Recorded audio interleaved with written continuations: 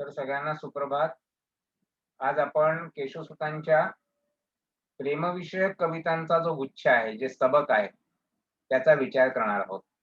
यापूर्वी आपण त्यांच्या वैयक्तिक कविता आणि त्यांच्या काव्यविषयक कविता यांचा विचार केलेला होता. प्रेमविषयक कवितांची संख्या जास्ती आहे. म्हणजे काय आहे, ज्या आपल्याला वरवर प्रेमविषयक वाटतात अशा कविता केशवसुतांच्या संपूर्ण काव्यामध्ये आणि भरपूर आहे. परंतु जवळपास 40 पर्यंत त्यांच्या प्रेमविषयक कवितांची संख्या जाते. आणि त्याच्यामुळेच काही त्या काळाच्या समीक्षकांनी त्यांच्या कवितेचं फार अंतरंग न बघता, की अ, केशवसुत हे प्रणयपीडित होते, हां, त्रयीण होते, अशा प्रकारचे आरोप त्या काळाच्या काही समीक्षकांनी केले होते, मान्यवरांनी केले होते. परंतु ते आरोप कसे चुकीचे होते, खोटे होते किंवा ते कसे एक प्रकारच्या काव्यविषयक अज्ञानावर आधारलेले होते, ते नंतर आपल्याला बऱ्याच जणांनी स्पष्ट करून सांगितलेलं आहे. कारण काय आहे, की ज्या केशवसुतांच्या प्रणयविषयक कविता वाटतात, त्या पुष्कळशा प्रणयविषयक मुळात नाहीच आहेत. एकतर त्यांच्या प्रेमकवितांमध्ये आत्मप्रत्ययाचा अभाव आहे. म्हणजे आत्मानुभव, म्हणजे प्रत्यक्ष प्रेमाचा अनुभव ते आपल्या काव्यातून मांडतात का? याचं उत्तर नकारात्मक येतं. आणि अलीकडच्या काळामध्ये म्हणजे केशवसूत नंतरच्या काळामध्ये आणि म्हणूनच कदाचित राशीजोग असं म्हणतात, की म्हणूनच त्यांना प्रेमाचे शाहीर ही पदवी केशवसुतांना नाही दिली कोणी, इतक्या प्रेमाविषयक कविता लिहूनही. तर त्यांचे शिष्य जे होते, जे केशवसुतांचा सच्चा चेला स्वतःला म्हणवत होते, ते म्हणजे गोविंदाग्रज. त्या गोविंदाग्रजांना मात्र प्रेमाचे शाहीर ही पदवी दिली, उपाधी दिली. याचा अर्थच असा आहे, की केशवसुतांच्या ज्या प्रेमविषयक कविता आहे, मुळात आपण समजतो, म्हणजे ज्या दिसतात वरवर, त्या प्रेमविषयक कविता नाहीच आहेत. आणि त्यांच्या विशेष म्हणजे त्यांच्या आत्मप्रत्ययाचा त्या कवितांमध्ये अभाव आहे. प्रत्यक्षानुभूतीचं बळ त्या कवितांमध्ये नाहीये, असं आपल्याला स्पष्टपणे दिसतं. आणि हे सगळं वर्णन राशीजोगांनी अतिशय अ, अ, स्पष्टपणाने या त्यांच्या प्रस्तावनेमध्ये केलेलं आहे. याचं वर्गीकरण पण ते करतात, की केशवसुतांच्या ज्या प्रेमविषयक कविता आपण म्हणू, म्हणजे ज्याच्यामध्ये प्रेम हा विषय आहे. अर्थात त्या प्रेम हा विषय असलेल्या कविता, त्यांना आपण प्रेमकविता म्हणू. पण प्रेम हा विषय असलेल्या कविता जरी असल्या, तरी पण त्या केशवसुतांच्या प्रत्यक्षानुभूतीतून स्फुरलेल्या फारच कमी आहेत. 2-3च आहेत. तर उरलेल्या कविता कशा आहेत? तर त्याच्यामध्ये बघा, त्यांची 5च कविता ज्या आहेत अशा, त्यात भाषांतरित कविता आहेत. शुद्ध भाषांतर आहे. म्हणजे सरळ-सरळ आपण ज्याला म्हणतो, की संपूर्ण इंग्रजी कवितेचं भाषांतर त्यांनी केलेलं अशा 5 कविता त्याच्यामध्ये आहेत, ज्या प्रेम कवितांमध्ये येतात. एक रूपांतरात्मक कविता म्हणजे रूपांतर आहे. म्हणजे त्याच्यामध्ये केशवसुतांनी स्वतःच्या कल्पना मिळवून आणि त्याला काही वेगळं रूप देऊन केलेली एक कविता समजा आहे. अशा झाल्या 5 या कविता. 2 कवितांमध्ये त्यांनी पौराणिक प्रेमकथा चित्रित केलेल्या आहेत. 2 कवितांमध्ये त्यांनी पौराणिक प्रेमकथा भारतीय अशा प्रकारच्या चित्रित केल्या आहे.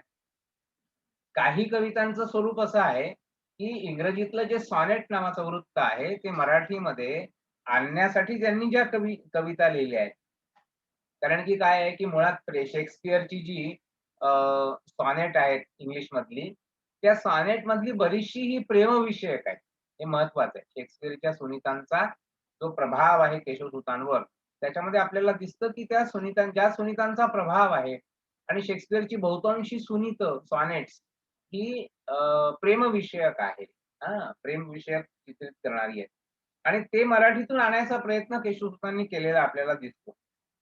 आणि म्हणून त्यांच्या बहुतांशी सुनीत रचना आणि म्हणूनच कदाचित त्यांचा असा अ, समज झाला असेल असं राष्ट्रीयलोक म्हणतात, की सॉनेट लिहायचं ते प्रेमविषयकच लिहिलं गेलं पाहिजे किंवा प्रेम हा त्याचा विषय असला पाहिजे. आणि म्हणून बघा केशवसुतांनी जी 9 सुनीतं रचलेली आहेत, म्हणजे 9 सुनीत रचना ज्या केलेल्या आहेत, त्याच्यामध्ये म्हणजे एक प्रकारचा विशिष्ट छंद असा म्हणू आपण त्याला. काव्याचा आकृतिबंध तो त्यांनी वापरलेला सॉनेटचा. त्याच्यामधल्या 7 कविता या प्रेमविषयक आहेत, असं आपल्याला दिसतं.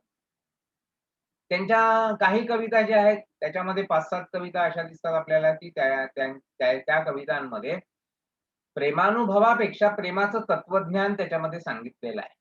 अशा प्रकारची कविता पुढे कुसुमाग्रजांनी आपल्याला लिहिलेली दिसते. कुसुमाग्रजांवर त्या वृत्तीचा प्रभाव आहे.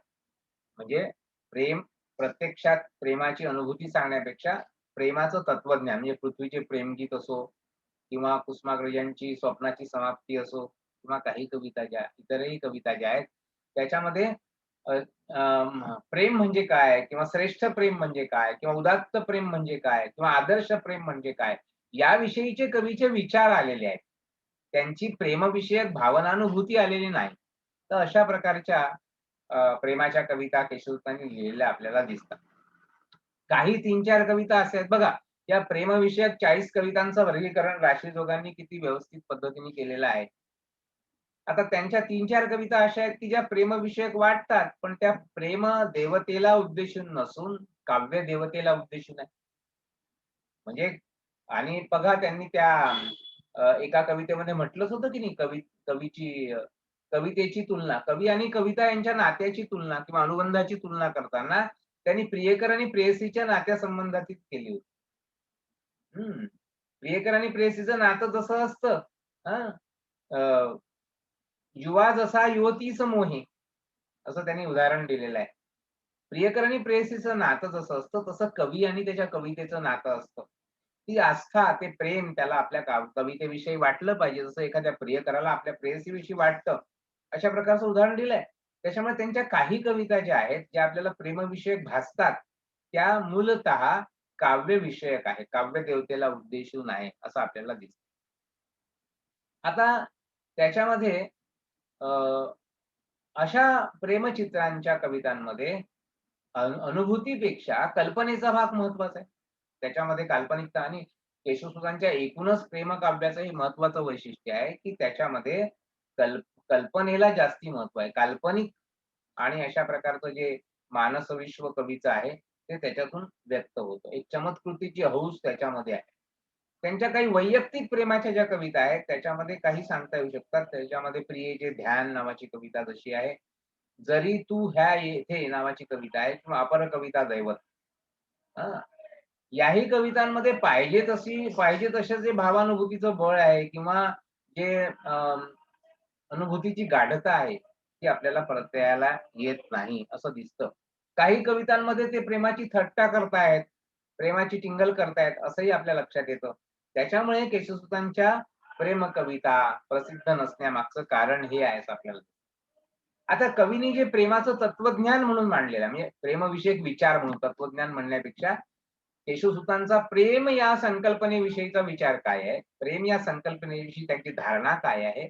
आणि ते कशा शब्दात मांडतात? जसं कुसुमाग्रजांचं आपल्याला माहिती आहे, मुक्तिबोधांचं माहिती आहे. विशेषतः स्वातंत्र्यपूर्व कालखंडातले कवी आणि स्वातंत्र्योत्तर कालखंडातले कवी याच्यामध्ये फरक पडतो. मराठीतली प्रेमकविता नावाचं संपादन शांताबाई शेळकेंनी केलेलं आहे. अतिशय महत्वाचं आहे. आधुनिक मराठी प्रेमकविता या नावानं संपादन केलंय आणि त्यांनी संपूर्ण मराठीमध्ये म्हणजे केशवसुतांपासून ते अरुणा ढेरेपर्यंत आणि असा मोठा विशाल पट जो आहे मराठी प्रेमकवितेचा, तो त्याच्यामध्ये घेतलेला आहे आणि अनेक कवीच्या कविता त्याच्यामध्ये संकलित केलेल्या आहे. मराठी प्रेमकविता त्या संग्रहामध्ये. तर मराठी प्रेम कवितेचं आपल्या डोळ्यासमोर वैशिष्ट्य येतं, की स्वातंत्र्यपूर्व कालखंडातली प्रेमाची अनुभूती व्यक्त करण्याची पद्धत आणि स्वातंत्र्योत्तर कालखंडातली प्रेमाची अनुभूती व्यक्त करण्याची मुक्त आणि थोडी स्वैर आणि थोडी बोल्ड ज्याला म्हणू, अशा प्रकारची पद्धत याच्यामध्ये फरक आहे. म्हणजे कुसुमाग्रज मुक्तिबोधांच्या कवितेमध्ये आपल्याला प्रेमानुभूती ही सामाजिक अनुभूतीला लगडून आलेली दिसते. सामाजिक अनुभूतीला जास्ती महत्व आहे. राष्ट्रीय अनुभूतीला जास्ती महत्व आहे. राष्ट्रीय जाणीवांना जास्ती महत्व आहे. त्याच्या तुलनेमध्ये प्रेमाचा त्याग करण्याची वृत्ती आहे. वैयक्तिक प्रेम अ, अ, म्हणून तो जो स्वप्नाची समाप्तीतला प्रियकर म्हणतो ना, की ध्येय प्रेम आशा यांची होतसे का कधी पूर्ती, वेड्यापरी पूजतो आम्ही या भंगणाऱ्या मूर्ती. होते म्हणून वेडे एक रात्र राहिलेले, होते म्हणून स्वप्न एक रात्र पाहिलेले. असं तो स्वप्नाची समाप्तीमध्ये आणि काढ सखे गळ्यातील तुझे चांदण्याचे हात, क्षितिजाच्या पलीकडे उभे दिवसाचे दूत, असं तो आपल्या प्रेयसीला सांगतोय प्रियकर. तर हे प्रेमापासून लांब जाण्याची वृत्ती आहे. तव अ, हात गळ्यावर विश्वासे पडलेला मुक्तिबोधांची कविता आहे. शांत भोळ्या वदनी अ, शांत झोपल्या वदनी भोळा भाव मधुरसा तो रमलेला. मला बोलवी दूर दूरच्या राजपथांचा गरम धुळा. तुला सोडून दूर जायचे, तुझ्या कुणाला कळकळ असे. नको मनाला हळहळ असली.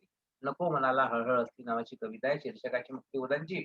त्याच्यामध्ये पण अशाच प्रकारचं प्रेमाच्या अनुभूतीचा त्याग करून समाजाकडे जाण्याची जी काही एक वृत्ती आहे आणि त्याच्यामुळे प्रेमविषयक भावनांविषयीचा जो एक न्यूनगंड आहे कवीच्या मनामध्ये, त्या न्यूनगंडावर मात करण्याचा प्रयत्न, वेगळ्या प्रकारची प्रेमानुभूती आपल्याला त्याच्यामध्ये दिसते. हॅलो.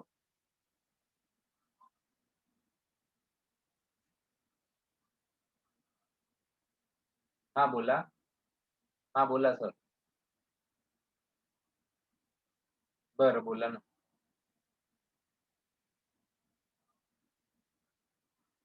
हो, उपाध्यक्ष आहे मी. हो, हो. बरं. हं. बरं, बरं. हं, हं. ठीक आहे, ठीक आहे. तुम्ही असं करा, मला माझ्या WhatsAppवर आहे की नाही तुमचा पत्ता पाठवून द्या. मी तुम्हाला ते आमची संवादिनी नावाचं मीच संपादित केलेली आहे. प्राध्यापकांच्या परिचयाची पुस्तिका, पत्ते वगैरे आहे सगळे 250 प्राध्यापकांचे. ती तुम्हाला पाठवून देतो तुमच्या पत्त्यावर हां, 2 कॉपीज. हां. मी तुमचं पाहतोय ह्याच्यामध्ये वगैरे ग्रुपमध्ये मला दिसलं तुमचं. हो, हो. हो, हो. ठीक आहे, ठीक आहे.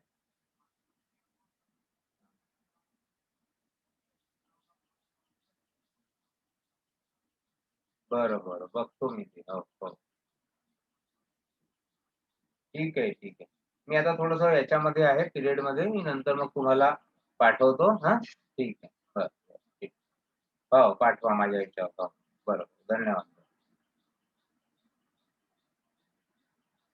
तर हे जे मराठी प्रेम कवितेचं एक विशाल क्षितिज आहे, त्याच्यामध्ये आपल्याला अनेक परिवर्तनं झालेली पुढच्या काळामध्ये पाहायला मिळतात. पु. रेखांसारखे कवी आपल्या कवितेमध्ये लिहितात, "लंपट ओले वस्त्र होऊनी अंग ते लिंपून घ्यावे." अशा प्रकारची अनुभूती व्यक्त करतात. किंवा विंदा करंदीकरांचा तर संपूर्ण काव्यसंग्रह "आदिमाया" नावाने संपादित केलाय विजय राजाध्यक्षांनी.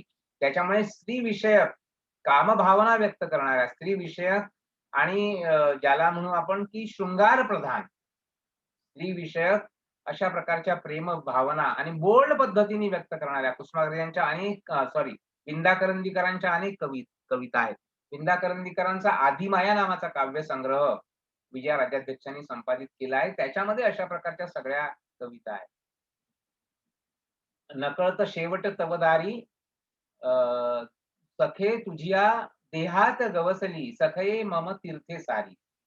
सखये मज तीर्थे सारी. तुझिया देहात गवसली, सखये मज तीर्थे सारी. असं विंदा करंदीकर आपल्या कवितेमध्ये म्हणतात. अधरावरती तव वृंदावन प्रयाग सापडले नेत्री वगैरे, वगैरे. त्यांनी पूर्ण स्त्रीच्या शरीराचं वर्णन करून आणि वेगवेगळी तीर्थक्षेत्र आहे भारतातली, त्या तीर्थक्षेत्रांचं वर्णन केलेलं आहे त्या कवितेमध्ये. विंदा करंदीकरांची ज्यांना ज्ञानपीठ पुरस्कार मिळालेला आहे. आपल्या मराठीतले ज्येष्ठ कवी. आता ते नाही आहेत आपल्यामध्ये दुर्दैवाने. पण अनेक वर्ष जगले ते आणि मराठी साहित्य त्यांनी समृद्ध केलं. त्यांचा आदिमाया संग्रह जो आहे, त्याच्यामध्ये अशा स्त्रीकेंद्री कविता मोठ्या प्रमाणामध्ये आहेत आणि अत्यंत बोल्ड पद्धतीने त्यांनी आपले अनुभव त्या कवितांमध्ये व्यक्त केलेले आहेत. लक्षात घ्या. अनेक कवी आहे आपल्या मंगेश पाडगावकरांची प्रेम कविता आहे, प्रसिद्ध आहे, की प्रेम म्हणजे प्रेम असतं तुमचं आणि आमचं अगदी सेम असतं वगैरे, वगैरे. किंवा तू असं तिचं तर झाले असं ते गडे उन्हाचे गोड चांदणे, मोहरले असं ते मौनातून एक दिवाणे नवतर गाणे. तू असं तिचं तर झाले असं ते आहे त्याहून जग हे सुंदर, चांदण्यात विरघळले असं ते गगन धरेतील धूसर अंतर. तू असं तिचं तर झाले असं ते गडे उन्हाचे गोड चांदणे, मोहरले असं ते मौनातून एक दिवाणे नवतर गाणे. शब्दा वाचून कळले सारे, त्यांचीच कविता आहे. शब्दांच्या पलीकडेले सहज तुला पाहियले आणिक घडू नये ते घडले. आठवते पुनवेच्या राती लक्षदीप विरघळले गात्री. मिठीत तुझिया या विश्वाचे रहस्य मज उलगडले. शब्दा वाचून कळले सारे शब्दांच्या पलीकडे. अशी स्त्री विषयक म्हणजे स्त्री आणि पुरुषांच्या युग्माविषयीची, त्यांच्या शृंगाराविषयीची प्रेम कविता मराठीमध्ये मोठ्या प्रमाणामध्ये आणि नंतरच्या कालखंडामध्ये लिहिलेली आहे. तर ह्या प्रेम काव्याचा प्रारंभ बिंदू जर आपण शोधायला गेलो, तर तो आपल्याला केशवसुतांपाशी सापडतो. आणि मग त्यांच्या प्रेम कवितेची वैशिष्ट्ये आपण बघतोय. केशवसुतांच्या प्रेम कवितेमध्ये जे प्रेमविषयक विचार येतात, प्रत्येकाची आपली प्रेमविषयक वेगवेगळी धारणा असते. त्यानुसार त्याच्या काव्यामध्ये प्रेमाचा आविष्कार असो. उशिरेग्यांची प्रेमविषयक धारणा असो किंवा मर्ढेकरांची असो किंवा मुक्तिबोधांची असो. या कवींच्या आपल्या प्रेमविषयक ज्या विशिष्ट धारणा आहेत, त्या धारणातून आणि मग स्त्रियांची असो, शांताबाई शेळकेंच्या अनेक सुंदर, सुंदर कविता आपल्याला माहिती आहे, की "जीवलगा राहिले रे दूर घर माझे, पाऊल थकले माथ्यावरती, जड झाले ओझे, जीवलगा राहिले रे दूर घर माझे." आ किंवा आपले आरती प्रभूंनी कितीतरी सुंदर, सुंदर प्रेम कविता लिहिल्या "नाही कशी म्हणू तुला म्हणते रे गीत, परी सारे हलक्याने आड येते रीत. नाही कशी म्हणू तुला माळ मला वेणी, परी नीट ओघळेल हासतील कोणी. नाही कशी म्हणू तुला विडा दुपारी, नाही कशी म्हणू तुला विडा दुपारी, परी थोरांच्या समोर घ्यायची सुपारी." अतिशय सुंदर कुटुंब वत्सल प्रेमाचं चित्र त्यांनी रेखाटलेलं आहे. तांब्यांची प्रेम कविता प्रसिद्ध आहे. तांब्यांनी सुद्धा अनेक प्रेमाची सुंदर, सुंदर गाणी लिहिलेली आपल्याला दिसतात. हं. "काढू कशी कशी दामी येतो उभे राहू नका." नावाची त्यांची प्रसिद्ध कविता आहे, प्रेम कविता. अनेक सुंदर, सुंदर कुटुंब वत्सल प्रेमाच्या कविता, पत्नीविषयक प्रेमाच्या कविता, नागा देशपांडेंची प्रेम कविता. हं. खूप अनेक कवी आहेत. "नदी किनारी, नदी किनारी, नदी किनारी गं" ही त्यांची कविता असेल किंवा "फार नको वाकू जरी उंच बांधा, फार नको झाकू तुझा गौर खांदा" वगैरे. तर असं मराठी प्रेमकाव्याचं दालन अतिशय समृद्ध दालन आहे. आपल्याला अनेक कवी शांताबाई शेळकेंचं उदाहरण मी तुम्हाला दिलं. शांताबाईंच्या कवितेमध्ये, महानुरांच्या कवितेमध्ये, महानुरांच्या लावण्या प्रसिद्ध आहेत, प्रेमकविता प्रसिद्ध आहेत. "राजसा जवळी जरा बसा, जीव हा पिसा, तुम्हा विन बाई, कोणता करू शृंगार, सांगा तरी काही. किती जीवाला राखायचं राखलं, राया तुम्ही जाळ्यात पाखरू टाकलं." नादो महाजनांची लावणी. प्रेमविषयक अतिशय सुंदर कवितांचं आणि समृद्ध दालन मराठीमध्ये आहे. त्याचा उगमस्थान आपल्याला केशवसुतांपाशी दिसून येतं. अ, तर प्रेमविषयक जी धारणा असते, आता आधुनिक कवींची साठोत्तर काळातल्या कवींची प्रेमविषयक धारणा कशी मुक्त आहे. मानवरांच्या कवितेमध्ये ती दिसते आपल्याला, ग्रेसांच्या अनेक कवींच्या कवितेमध्ये ती दिसते. मुक्त प्रेमविषयक धारणा आणि त्याच्यातून त्यांच्या अतिशय उत्कट अशा प्रेमकविता निर्माण होताना दिसतात. शांताबाई शेळकेंच्या असो, इंदिरा संतांची विरह प्रधान प्रेम कविता आपल्या समोर आहे. तर या सगळ्या कवितांमध्ये प्रत्येकाचं आपलं-आपलं जे दृष्टिकोन असतो या विषयाकडे बघण्याचा, त्यानुसार त्याची कविता निर्माण होते. तर कोणतं तत्वज्ञान आहे? म्हणजे त्याला जर आपण तत्वज्ञान नाही म्हणणार एकदम, पण प्रेमविषयक विचार, प्रेमाविषयीचा विचार. तर कवी काय म्हणतात, की "प्रीतीने प्रीती संपादावी लागते आणि तिचा शोध बाहेर घेण्यापेक्षा तो आपल्या हृदयात करायचा असतो. प्रीती मिळेल का हो शेजारी, प्रीती मिळेल का हो बाजारी, प्रीती मिळेल का हो शेतात, प्रीती मिळेल का हो बागेत, प्रीतीची नसे अशी अशी ग मात, पहा शोधुनी हृदयात." असं हे प्रेमाचं जे रूप आहे, हां, जसं आपण म्हणतो की नाही अनंत हरिकथा अनंता. म्हणजे ईश्वराचं स्वरूप की काय अनंत आहे आणि त्याच्यामुळे त्याच्याविषयीच्या कथाही अनंत असतात. तसं प्रेमाचं आहे. प्रेम अनंत, प्रेमकथा अनंत आणि प्रेमाविषयीचं ते कधीतरी मी तुम्हाला सांगितलं असेल, ते अतिशय महत्वाचं आहे. गुलजारांनी त्यांच्या कवितेमध्ये जे लिहिलंय, प्रेमाचं स्वरूप व्यक्त करणारं आणि प्रेम म्हणजे नुसतं असंच नाहीये. प्रेम म्हणजे सगळ्या चराचर विश्वाला जोडणारी शक्ती आहे, ताकद आहे. हेही आपल्याला जाणवतं. म्हणून तो म्हणतो की "प्यार कोई बोल नहीं, प्यार आवाज नहीं. हमने देखी है उन आँखों की महकती खुशबू, हाथ से छू के इसे रिश्तों का इल्ज़ाम ना दो. सिर्फ एहसास है, सिर्फ एहसास है, रूह से महसूस करो, प्यार को प्यार ही रहने दो, कोई नाम ना दो.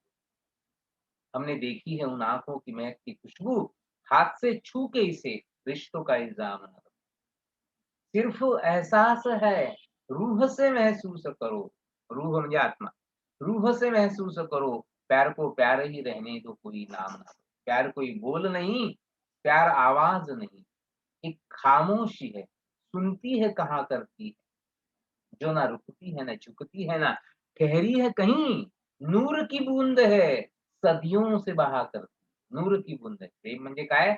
नूर की, ईश्वरी चैतन्याचा अंश आहे प्रेम म्हणजे. त्याच्यामुळे तो प्रत्येकाच्या हृदयामध्ये आणि निर्माण होत असतो, साकार होत असतो. वेगवेगळ्या पद्धतीने त्याची अभिव्यक्ती होत होत असते आणि मानवी जीवन हे त्याच्याच आधारावर चालत असतं. मानवी जीवनामध्ये जो काही आनंद आहे, जे काही चैतन्य शक्ती आहे, जी काही ऊर्जा आहे, ती कामऊर्जा, जी काही ऊर्जा आहे, ती त्या प्रेमामध्ये रूपांतरित होते असं आपल्याला दिसतं. तर हे जे स्त्री-पुरुष संबंध आहेत किंवा प्रेमाचं नातं आहे, त्याच्याविषयी कवी काय म्हणतो, की प्रीतीने प्रीती संपादावी लागते आणि तिचा शोध बाहेर घेण्यापेक्षा तो अंतरंगामध्ये घ्यावा लागतो. आणि प्रीतीची खरी कसोटी केव्हा लागते? समृद्धीमध्ये नाही, तर प्रीतीची खरी खरी कसोटी आहे, ती संकटांमध्ये आणि कठीण अवस्थेमध्ये होते. प्रेमाचं जे काही खऱ्या प्रेमाचं जी परीक्षा ती केव्हा होईल? संकटामध्ये होईल. आपल्याला माहिती आहे अनेक प्रेमाची गाणी सिनेमामध्ये आणि तुम्ही ऐकलेली आहेत आणि आजही आपण ऐकत असतो. आशिकी 2 पिक्चरची गाणी आहेत. मला फार आवडतात. अतिशय सुंदर गाणी आहेत. तर ते त्याच्यामध्ये अतिशय सुंदर पद्धतीने आणि प्रेम या गोष्टीचं, या संकल्पनेचं वर्णन केलेलं आहे. तर इथे केशवसूत काय म्हणतात, की प्रीतीने निर्माण केलेली गोष्ट पैशांनी व नाव मिळावे म्हणून केलेल्या गोष्टीपेक्षा अधिक मोलाची आणि चिरंतन असते. प्रीतीची भाषा कशी असते? मूक असते. तिला शब्दांची गरज नसते. आपण पाहिलं शब्दा वाचून कळले सारे. पाडगावकरांनी लिहूनच ठेवलंय. शब्दांच्या पलीकडले. सहज तुला पाहियले आणिक घडू नये ते घडले. हां, आपल्या अभिषेकी बुवांनी म्हटलेलं गाणं आहे. खूप सुंदर आहे. जितेंद्र अभिषेकींचं तुम्ही ऐका ते गाणं. ते तुम्हाला YouTubeवर मिळेल. शब्दा वाचून कळले सारे, शब्दांच्या पलीकडे. तर हे असं आहे केशवसुतांचं पण तेच म्हणणं आहे, की प्रीतीची भाषा मूक असते आणि तिला शब्दांची गरज नसते. परंतु प्रीतीचे इतर उपचार कितीही केले, तरी शब्दांनी ती व्यक्त केल्याशिवाय प्रणयी माणसाचं समाधान होत नाही. असाही प्रकार त्यांनी प्रणय कथन नावाच्या कवितेमध्ये व्यक्त केलेला आहे. आता काय होतं, की केशवसुतांच्या पूर्वीच्या काळामध्ये मराठीमध्ये आता शाहिरांनी व्यक्त नाही केलं असं नाही. प्रेमाचं शाहिरांनी जे वर्णन केलं, लट्टपट्ट, लट्टपट्ट तुझं चालन गं मोठ्या नखऱ्याचं. हे अशा कवितांमध्ये वर्णन केलंय प्रेमाचं आणि खूप शृंगारिक आणि चावट वर्णनं आपल्याला लावण्यांमध्ये दिसतात. ही शाहिरांनी केली पेशवाईच्या काळामध्ये. म्हणजे असंही म्हणता येत नाही, की आधुनिक कवितेच्या आधीच्या कालखंडामध्ये मराठीमध्ये काही प्रेमाची वर्णन नव्हती. पंडित कवींच्या कवितेमध्ये ती असतात. कालिदासाचं मेघदूत प्रेमकाव्य आपल्याला माहिती आहे एवढं मोठं. किंवा अनेक कवींची कविता आहे. गीतगोविंद आहे आपल्या जयदेवांचं. पूर्ण प्रेमावर आधारलेलं आहे. भर्तृहरीचं जे 3 शतक आहे, त्याच्यामधलं शृंगार शतक, शृंगारावरच आधारलेलं आहे. नीतिशतक, शृंगार शतक आणि वैराग्य शतक भर्तृहरीने लिहिलेली आहे. 100-100 कवितांचा गुच्छ आहे. वाचण्यासारखा आहे. शृंगार शतक अतिशय शृंगारिक कविता आहे त्याच्यामध्ये. आपण कल्पनाही नाही करणार इतकं. आणि आपल्या परंपरेमध्ये हे प्रेमविषयक काव्य जे आहे, ते खूप मोठ्या प्रमाणामध्ये आहे. वात्स्यायनाचं कामसूत्र आपल्याला सगळ्यांना माहिती आहे. तर हे सगळं साहित्य जे आहे, ते आपल्याकडे नाही आहे असं नाही. पण केशवसुतांवर जो थोडाफार प्रभाव पडलाय, तो आपल्या इकडच्या काव्याचा न पडता थोडा इंग्रजी कवितेचा पडलेला आहे. त्याच्यामुळे आपल्या इकडची प्रेमकविता कदाचित त्यांनी वाचली नसेल, असं वाटतं. काही प्रमाणात वाचली आहे. ते त्यांनी कालिदासाचं वगैरे जे रूपांतर केलंय, त्याच्यातून आपल्याला दिसतं. पण विशेष काय आहे, की एका मधल्या कालखंडामध्ये जो मोठा एक बॅड पॅच आहे आपल्या इतिहासामध्ये, त्याच्यामुळे काय झालं, की अनेक गोष्टी मुक्तपणाने आपल्या समाजामध्ये व्यक्त केल्या जात नव्हत्या. अनेक गोष्टी दबून राहिलेल्या होत्या. विशेषतः स्त्रीविषयक प्रेमानुभूती जी आहे, ती मुक्त पद्धतीने व्यक्त करण्याचं सामर्थ्य किंवा तशी पद्धत नव्हती. त्याच्यामुळे हे इंग्रजी कवितेच्या प्रभावातून का असेना किंवा आपल्या संस्कृत कवींच्या म्हणू आपण, केशवसुतांनी ते पहिल्यांदा अशा पद्धतीने व्यक्त केलेलं आपल्याला दिसतं. आणि मग केशवसुतांचं अनुसरण अनेकांनी केलं आणि त्याच्यामुळे त्याच्यामुळे प्रेमविषयक मराठीमध्ये कवितांचं दालन जे आहे, ते केशवसुतांनी सुरू केलं आपल्याला असं म्हणता येतं. आणि म्हणून आता त्यांची आपण प्रीती नावाची कविता बघू. काय म्हणतात त्या प्रीती नावाच्या कवितेमध्ये? याच्यामध्ये प्रणय कथन, मनोहारिणी, राजा शंतनू या कविता त्याच्यामध्ये आहेत. म्हणजे बघा जवळपास 22 ते 30 म्हणजे 8 कविता याच्यामध्ये आहेत. 9 कविता सॉरी. 9 कविता प्रेमविषयक याच्यामध्ये त्यांनी घेतलेल्या आहेत. त्यातली प्रीती नावाची कविता काय म्हणते बघा प्रीतीमध्ये, "प्रीती मिळेल का हो बाजारी, प्रीती मिळेल का हो शेजारी, प्रीती मिळेल का हो बागात, प्रीती मिळेल का हो शेतात, प्रीतीची नसे अशी गमात, पहा शोधुनी हृदयात." असं केशवसुत म्हणतात. कडव्यामध्ये 5 ओळींचा कडवा आहे.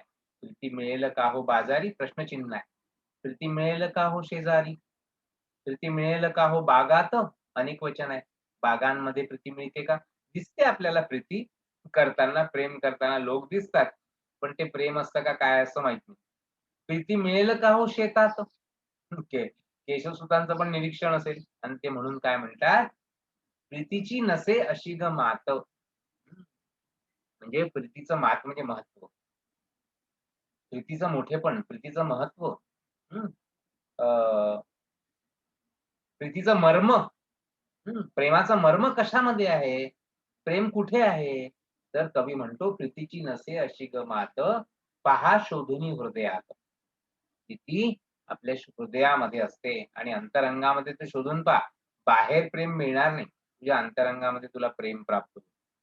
पुढे कवितेमध्ये काय म्हणतात बघा ते, "नंदनवनामधी आला, कल्पलतेला बहर भला. तिची हृदयी बीजे पडली, प्रीती त्यातून अवतरली." म्हणजे प्रेम ही जी गोष्ट आहे, ही जी संकल्पना आहे, त्या संकल्पना विषयक ही कविता आहे. मगाशीच मी तुम्हाला म्हणालो होतो, अशी दोघांनी आपल्याला सांगितलंच आहे. एक दिशा दिली आहे, एक मार्ग दाखवलेला आहे. ही केशवसुतांची प्रेमकविता आत्मानुभवाची आणि प्रत्यक्षानुभूतीची कविता नाही आहे, तर कल्पनात्मक अशा प्रेमविषयक संकल्पनांची कविता आहे. प्रेमविषयक तत्वज्ञानाची कविता आहे. प्रेमविषयक विविध तत्व जे आहे म्हणजे आदर्श प्रेम जसं केशवसुतांच्या जसं कुसुमाग्रज यांच्या पृथ्वीचे प्रेमगीत मध्ये आपल्याला दिसतं, की पृथ्वी आणि सूर्याच्या प्रेमाच्या पृथ्वी आणि सूर्याच्या प्रतीकांमधून प्रतिमांमधून कुसुमाग्रज प्रेमविषयक जे काही आदर्श रूप आहे त्यांच्या धारणेतून, त्यांच्या दृष्टिकोनातून प्रेमाचं जे आदर्श रूप आहे, त्याच्यातल्या ज्या निष्ठा आहेत, निष्ठा ही प्रेमातली अतिशय महत्त्वाची मानली जाते. एक पत्नी एक बाणी प्रभू श्री रामचंद्राचं उदाहरण आपण घेतो. एक पत्नी एक बाणी, आहे की नाही? तर निष्ठा ही प्रेमामध्ये महत्त्वाची मानली जाते. तर त्याचं वर्णन पृथ्वीचे प्रेमगीत सारख्या कवितातून किंवा इतरही कवितातून कुसुमाग्रज करतात. तसंच इथे असं आपल्याला दिसतं, की केशवसूत इथे प्रेमाविषयी सांगताना प्रेमाचं उगमस्थान काय आहे हे सांगतात. म्हणतात, "नंदनवनामध्ये आला, कल्पलतेला बहर भला." नंदनवन जी आहे, ही सृष्टी जी आहे, नंदनवन म्हणजे निसर्ग एक प्रकारचा. निसर्गाचं जे एक आनंद निधान आहे, हे जे सर्वत्र सृष्टीमध्ये जो आनंद आहे, नंदनवनामध्ये आला, कल्पलतेला बहर भला. कल्पलता ज्याप्रमाणे नंदनवनामध्ये म्हणजे या सगळ्या विश्वामध्ये आणि सुंदर सुंदर वेली फुलतात, त्याप्रमाणे मनुष्याच्या अंतःकरणामध्ये कल्पनेला बहर येते. निसर्गामध्ये जशा वेली फुलतात, त्याप्रमाणे कवीच्या मनामध्ये कल्पनेच्या वेली फुलून येतात आणि तिची हृदयी बीजे पडली, प्रीती त्यातून अवतरली. त्याचं जे बीज मनुष्याच्या मनामध्ये पडतं, कवीच्या मनामध्ये पडतं, त्यातून त्यातून प्रेम नावाची गोष्ट जी आहे, त्याचं अवतरण होतं. ती पुढे येते. प्रीती जी असे अशी गमात, पहा आपल्या हृदयात. मग आपल्या हृदयामध्ये पडलेलं जे बीज आहे प्रेमाचं, लक्षात घे शेवटी काय आहे प्रेमाचं मनुष्याच्या अंतःकरणामध्ये जी काही एक काम ऊर्जा आहे किंवा जे एक चैतन्य आहे, जे ब्रह्मतत्व आहे, जी काही ऊर्जा आहे, त्या ऊर्जेचंच प्रकटीकरण प्रेमाच्या माध्यमातून मनुष्य त्याच्या जीवनातल्या वेगवेगळ्या अवस्थांमध्ये करतो. बालपणी वेगळ्या पद्धतीने प्रेमाचं प्रकटीकरण असतं. कुमार वयामध्ये, नंतरच्या आयुष्यामध्ये, म्हातारपणामध्ये ह्या सगळ्या कालखंडामध्ये आणि प्रेमाचं जे रूप आहे, व्यापक रूप आहे. स्त्री-पुरुष प्रेम म्हणजेच प्रेम नव्हे. त्याच्याशिवाय जे काही प्रेमाचे विविध आविष्कार आपण पाहतो आपल्या भारतीय कुटुंब व्यवस्थेमध्ये ते आपल्याला दिसतात. तर हे जे सगळं आहे, एकमेकांविषयीचं जे आस्था आहे, एकमेकांविषयीचं जे वात्सल्य आहे, एकमेकांविषयीची जी माया आहे, आपुलकी आहे, त्यालाच आपण प्रेम म्हणू शकतो. म्हणजे प्रेमाचा परीघ फार मोठा आहे. म्हणून म्हटलं जातं ना, प्रेयसी ते परमेश्वर. प्रेयसीपासून परमेश्वरापर्यंत अनेक लोकं आपलं प्रेम देशाला अर्पण करतात आणि फासावर चढलेले आहेत. हां, भगतसिंगांसारखे, सावरकरांसारखे, चंद्रशेखर आझादांसारखे ते पण एक प्रेमाचं रूप आहे. आपल्याला ते पण दिसतं. देशप्रेम म्हणतो आपण त्याला. शेवटी प्रेम हे सगळीकडे जोडलं जातं ना. भक्ती आणि प्रेम हे शब्द वेगवेगळ्या ठिकाणी जोडले, की त्या प्रकारचं प्रेम होतं. ईश्वर प्रेम, ईश्वर भक्ती, पत्नी प्रेम, पत्नीची पत्नीविषयीची आस्था, आहे की नाही? देशप्रेम, देशभक्ती हां, या सगळ्यांविषयीचं आपलं जे प्रेम असतं, तर म्हणजे प्रेमाचा परीघ फार मोठा आहे आणि प्रेमाच्या परिघामध्ये अनेक गोष्टी येतात. हे पण आपण लक्षात घेतलं पाहिजे. तर असं प्रेम माणसाच्या हृदयामध्ये निर्माण होतं आणि म्हणून केशवसूत म्हणतात, "प्रीतीची असे अशी ग मात." आधीच्या कडव्यात काय म्हटलं होतं, "प्रीतीची नसे अशी ग मात." म्हणजे प्रेमाचं महत्त्व, प्रेमाचं मर्म त्यांच्या त्या गोष्टींमध्ये नाहीये. शेतात, बागेत, बाजारात, शेजारी नाहीये. ते हृदयामध्ये आहे. आणि ते इथे मग निसर्गातून माणसाच्या मनामध्ये जे बीज पडतं, एक प्रकारे या सृष्टीमध्ये, या सगळ्या ब्रह्मामध्ये या सगळ्या सृष्टीमध्ये जे काही चैतन्य आहे, ते चैतन्य आपल्याही मनामध्ये आहे आणि तेच प्रेम आहे, असं काही लोकांना म्हणायला. "कृतीची असे अशी ग मात पहा आपुल्या हृदयात. प्रेमळ कृत्यांची माळ प्रियजन कंठी तू घाल. विगणित मग तो प्रीती तुला देईल न धरी शंकेला." कवी काय म्हणतो, की प्रेमळ कृत्यांची माळ, प्रेमळ कृत्यांची प्रत्यक्ष आचरण जे आहे प्रेमाचं, त्या प्रेमळ कृत्यांची माळ जी आहे, माला कर आणि प्रियजन कंठी तू घाल. तुझ्या प्रिय असलेल्या माणसाच्या किंवा स्त्रीच्या किंवा कोणाच्याही त्याच्या कंठामध्ये, त्याच्या गळ्यामध्ये आपल्या प्रेमळ कृत्यांची माळ जेव्हा आपण घालतो, द्विगुणित मग तो प्रीती तुला. प्रेमाचं वैशिष्ट्य सांगत आहेत केशवसूत, की प्रेमाने प्रेम वाढतं, प्रेम दिल्याने वाढतं. स्वामी तिन्ही जगाचा आई बिना भिकारी. हां, असं आपल्याला आईविषयीच्या प्रेम कवितेमध्ये यशवंत म्हणतात. आणि साने गुरुजी काय म्हणतात? जगाला प्रेम अर्पावे. जगी जे दीन अतिपतित, जगी जे पददलित, तया जाऊन उठवावे, जगाला प्रेम अर्पावे. म्हणजे प्रेमाचं स्वरूप बघा. साने गुरुजींनी त्या प्रेमाच्या स्वरूपाला सामाजिक स्वरूप दिलं आहे, वैश्विक स्वरूप दिलं आहे, मानवतावादी स्वरूप दिलंय. आणि त्यालाच त्यांनी ईश्वराची भक्ती म्हटलं, ईश्वराशी जोडलेलं आहे. लक्षात घ्या. जगाला प्रेम अर्पावे. प्रेमळ कृत्यांची माळ प्रियजन कंठी तू घाल, द्विगुणित मग तो प्रीती तुला, देईल धरी शंकेला.